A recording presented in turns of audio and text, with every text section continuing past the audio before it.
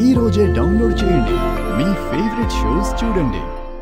నువ్వు ఈ స్వీట్స్ నీ మొదటి వంట సంప్రదాయం కోసం చేసావు, పైగా ముఖ్యంగా రాఘవ కోసం చేసావు. మరొకవేళ రాఘవ ఈ స్వీట్స్ ని తినకపోతే క్షమించమ్మా, అప్పుడు నేనే కాదు ఈ ఇంట్లో వేరే ఏ సభ్యులు కూడా ఈ స్వీట్స్ అస్సలు ముట్టుకోరు.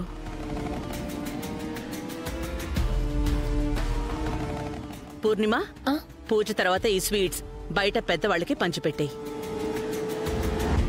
అంటే దీని అర్థం ఈరోజు హారతప్పుడు మనం అమ్మవారిని ఒకటే వేడుకోవాలి, ఏదో ఒక విధంగా రాఘవబాబు ఈ స్వీట్స్ తినాలని. ప్రతీక్, లేదు ప్రతీక్ అన్నయ్య, ఆ అవసరం ఉండకపోవచ్చు.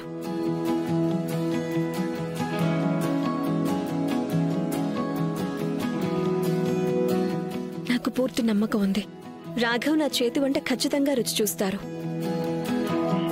ఎందుకంటే నేను ఆయన ఫేవరెట్ స్వీట్ తయారు చేశాను.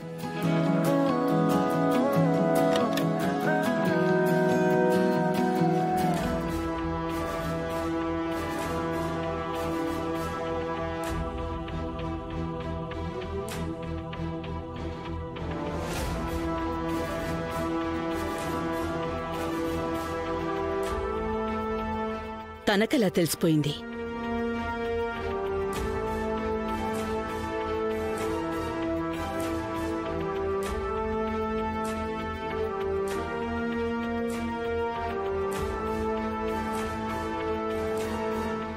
వావ్ రేఖ, నీకెలా తెలిసిందే రాఘవి లడ్డూలు తింటే పడి చచ్చిపోతాడని? అవును, ఎవరు చెప్పారు?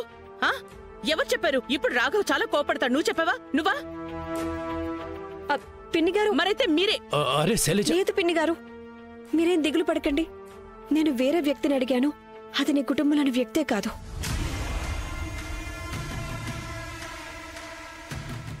రేఖ, నువ్వు ఇంత తెలివిగా ఆలోచిస్తావని నేను అస్సలు అనుకోలేదు. ఏం పర్వాలేదు, నువ్వు లడ్డూలైతే చేసావు, కానీ నేను రాఘవని అస్సలు తిననివ్వను.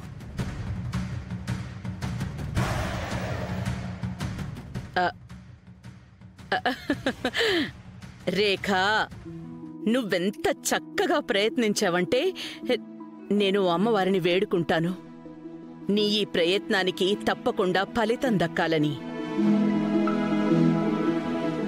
రా, ఇక అమ్మవారికి నీ మొదటి వంట నైవేద్యం పెట్టు. అలాగే. రండి రండి రండి.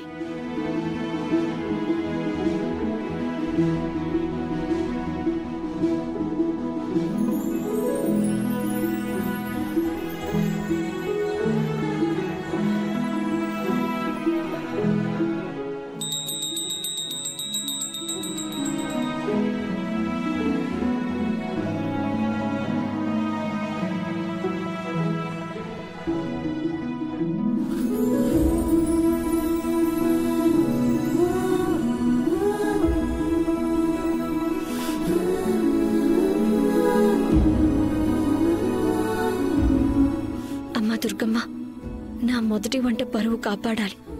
అండ్ ప్లీజ్ ప్లీజ్ ప్లీజ్ ఒక్క ఐడియా ఇప్పించండి, నేను ఈ లడ్డు నా పొగరుబోతుతో ఎలా తినిపించాలో. జై జగన్మాత.